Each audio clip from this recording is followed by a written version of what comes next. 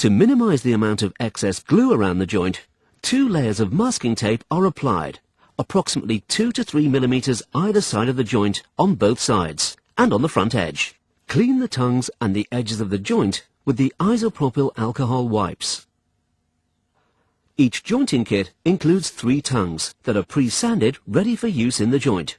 Usually they are supplied in the same decor as the kit itself, but as they are not visible after installation, it doesn't matter what color they are. For 600mm and 650mm worktops, use 2 tongues, and for 900mm breakfast bars, use all 3. Mix the adhesive. The adhesive and hardener are in a single sachet, separated by a divider. Once the divider is removed, the 2 components should be thoroughly mixed together, around 20 times. The divider itself is ideal for this. The adhesive is a 2-part acrylic adhesive that is color matched specifically to each decor. Not all have the name of the decor on the pack. For instance, the adhesive for Volcano may be labeled as black. There will be a date stamped on the outside of the box. That is the use-by date of the adhesive. The date on the pack itself is the fill date. Snip the corner off the sachet to give a hole around 4 to 5 millimeters in diameter. That will be convenient to pipe the adhesive into the joint.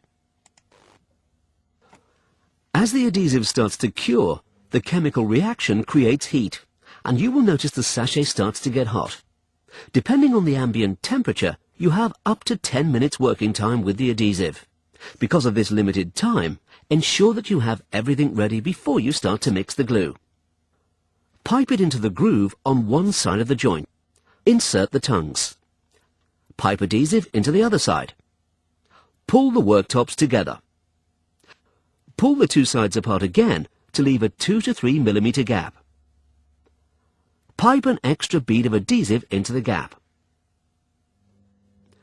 Pull the worktops together again and prepare to tighten the bolts. Here, the ratchet spanner is useful when working under the worktop.